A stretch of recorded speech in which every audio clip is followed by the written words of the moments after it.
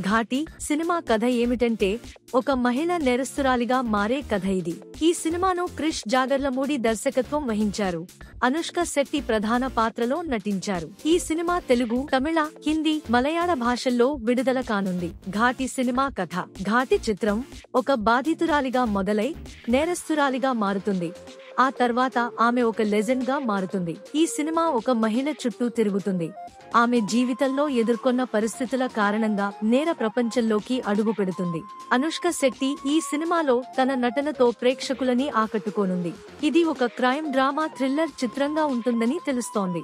చిత్రంలో యాక్షన్ సన్నివేశాలు, భావోద్వేగ సన్నివేశాలు కూడా ఉంటాయని తెలుస్తోంది. ఈ సినిమా పాన్ ఇండియా స్థాయిలో విడుదల కానుంది. ఘాటి సినిమా కథ ఏమిటంటే ఒక మహిళ నేరస్తురాలిగా మారే కథ ఇది. ఈ సినిమాను క్రిష్ జాగర్లమూడి దర్శకత్వం వహించారు.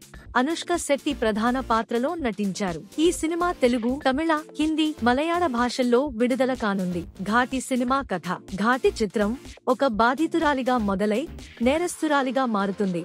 ఆ తర్వాత ఆమె ఒక లెజెండ్ గా మారుతుంది. ఈ సినిమా ఒక మహిళ చుట్టూ తిరుగుతుంది.